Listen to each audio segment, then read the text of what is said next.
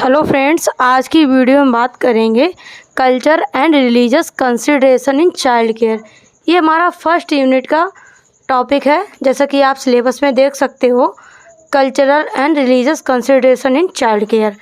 Video start करने से पहले मैं आपको बता दूं, ये मेरा चाइल्ड हेल्थ नर्सिंग फर्स्ट का लेक्चर है और जो भी नए स्टूडेंट हैं वो मेरे चैनल पे पहली बार आए हैं तो चैनल को सब्सक्राइब कर लें, क्योंकि इस चैनल पे आपको according to new NC syllabus lecture मिलेंगे, आपको कंटेंट मिलेगा, टॉपिक वाइज आपको यहाँ पे लेक्चर मिलेगा। तो चलिए स्टार्ट करते हैं अपना टॉपिक। सबसे पहले हम बात करेंगे कल्चर और religious consideration in child care क्या होता है। कंसिडरेशन का मतलब होता है थिंकिंग ओपिनियन। जो भी चाइल्ड केयर को लेके कल्चरल और रिलीजियस ओपिनियन है, थिंकिंग है, वो क्या है।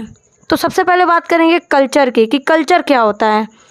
Culture is the affiliation of self declared identification with in and ethic groups of the society. It is defined as the social transmitted system of shared knowledge, idea, value, norms, pattern and और practice that vary across group and individual within group have a critical mode of adaptation into society।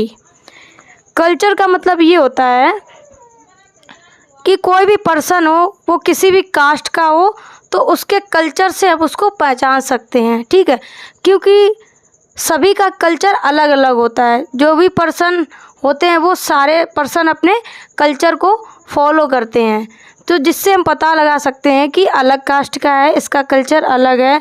उनके ideas, value, norms, pattern सब कुछ उनके culture के according होता है। तो सभी पर्सन का क्या होता है, कल्चर अलग अलग होता है, जिससे कि उनके हम कास्ट का पता लगाते हैं, क्योंकि सभी पर्सन का उनके अकॉर्डिंग, कल्चर के according ideas, value, norms, pattern, knowledge सब कुछ उनके कल्चर के अकॉर्डिंग होता है। कल्चर के बाद हम बात करेंगे रिलीजन की। रिलीजन क्या होता है। Religion is guided by traditional value, beliefs, rule and culture. It is defined as the personal set of institutionalized system of attitude, beliefs and practice directed toward the service of worship of the god और supernatural. जो religion होता है वो culture को guide करता है कि किसी भी पर्सन का कास्ट, जो भी उसका रूल है, वैल्यू है, बिलीफ्स है, वो क्या होने चाहिए। रिलीजन का मतलब क्या, कल्चर का मतलब होता है संस्कृति और रिलीजन का मतलब होता है धर्म। मतलब रिलीजन गाइड करता है कि किसी पर्सन की क्या कास्ट है, उसके क्या वैल्यू हैं, वो बिलीफ क्या क्या होने चाहिए। रिलीजन हमें ये बताता है कि हमें जो भी रूल, रेगुलेशन, वैल्यू वो हमें फॉलो करने हैं, जिससे कि हम अपने गॉड को खुश रख सकते हैं। और उनको गॉड से रिलेटेड करके कई सारी प्रथाओं को भी उसमें ऐड किया गया है, डायरेक्ट उसको गॉड से ऐड कर दिया गया है, ताकि जो भी पर्सन है वो उस चीज़ को एक्सेप्ट कर सके। ये हमारा होता है religion. In every human community the rule of socialization are learned by the child following the cultural and religious practice। जो भी कम्युनिटी के जो भी पर्सन है, जो भी चिल्ड्रन है, वो उसी अपने रिलीजन और कल्चर को फॉलो करते हैं जैसा कि उनके कल्चर में होता है। The practice of praying regularly help to developing concentration, have faith in the supreme power, help in the spiritual development of the child.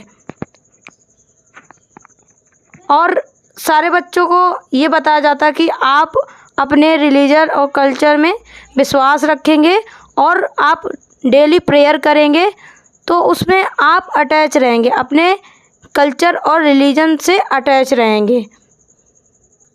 और रेगुलर आप प्रेयर करेंगे तो आपका स्पिरिचुअल डेवलपमेंट और ज़्यादा गेन होता है। अब हम नेक्स्ट बात करेंगे, जो हमारा मेन टॉपिक है कॉमन माल प्रैक्टिसेस अफेक्टिंग चाइल्ड हेल्थ। कुछ ऐसे कॉमन माल प्रैक्टिस हैं जो हमारे चाइल्ड हेल्थ को अफेक्ट करते हैं।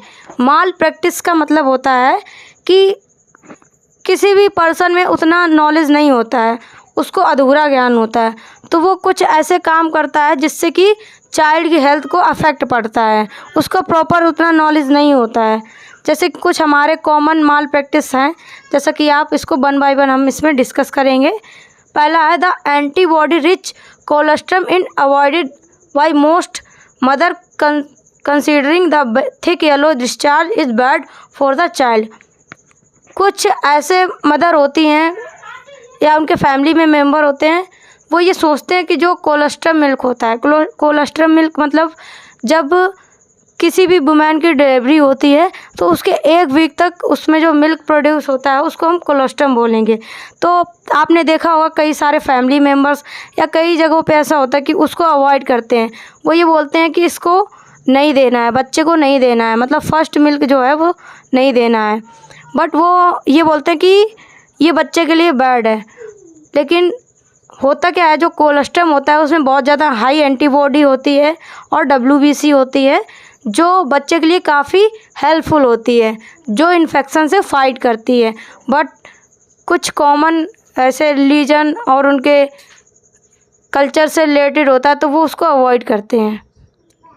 The practice of giving honey and janam ghutti to the newborn baby common in India such as practice lead to diarrhoea and lactation failure in the newborn. और अपने इंडिया में देखा गया है कि बच्चे को हनी देते हैं और जन्म गुट्टी देते हैं, बट वो ये सोचते हैं इसका डाइजेशन अच्छा रहेगा, बट ऐसा नहीं होता है। उसको इस चीज़ से डायरिया हो सकता है और लैक्टेशन में भी प्रॉब्लम हो सकती है। नेक्स्ट है pouring oil into the ear of the newborn in practice to ensure clean hearing but actually damage the growing eardrum।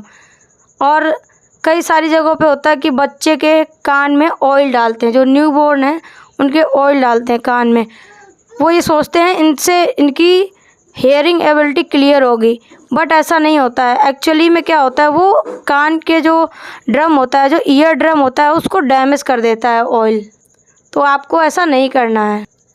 Next है it is believed that application of kajal promote good eye sight in children through lead to rich kajal result in high risk of lead poisoning.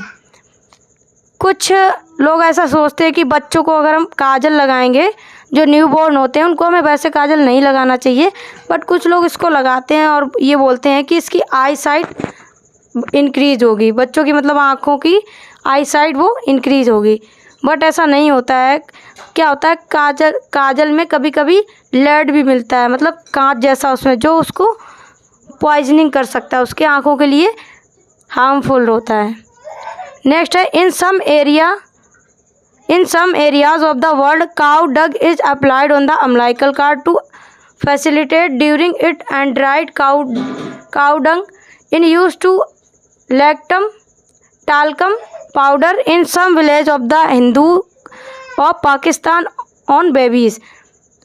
कई जगहों पे ऐसा, mainly Pakistan में ऐसे कुछ ऐसे village हैं जो भी हिंदू के लोग हैं, वो ये सोचते हैं,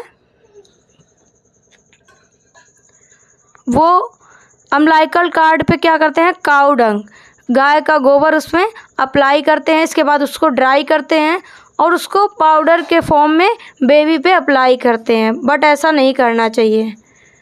नेक्स्ट है shaving neonates hair in common practice in various religion. It has been reported by various research study that practice lead to community acquired infection, sepsis, necrotizing facilities to the scalp and even death of the body. जो आपने देखा होगा बच्चों के hair को saving करवा देते हैं, कई सारे ऐसे हिंदू में मेनली होता है कि बच्चों की सेविंग करवा देते हैं न्यूनेट्स की, बट ऐसा हमें नहीं करना चाहिए। ऐसा क्यों नहीं करना चाहिए, क्योंकि इसके ऊपर स्टडी हुई है, रिसर्च हुई है और उन्होंने ये बताया है कि जो भी बच्चे को हेयर होते हैं वो उसको इन्फेक्शन से प्रोटेक्ट करते हैं, जिससे कि वो इन्फेक्शन उनके नहीं होता है। बट क्या करते हैं, जब सेविंग करवा देते हैं तो हेयर नहीं रहते उनके स्कार्फ में, उनके सर पे, जिससे कि उनको काफ़ी सारे इन्फेक्शन हो जाते हैं, इवन उनकी डेथ भी हो जाती है बेबी की। और जो हेयर होते हैं वो इन्फेक्शन से प्रोटेक्ट करते हैं बेबी को, बट आप उसको शेविंग अगर करवा दोगे तो बेबी इन्फेक्टेड हो सकता है। तो आज का ये हमारा था टॉपिक। वीडियो अच्छा लगा तो वीडियो को लाइक करें, चैनल पे नए तो चैनल को सब्सक्राइब करें। Thank you for watching my video. Subscribe for more content.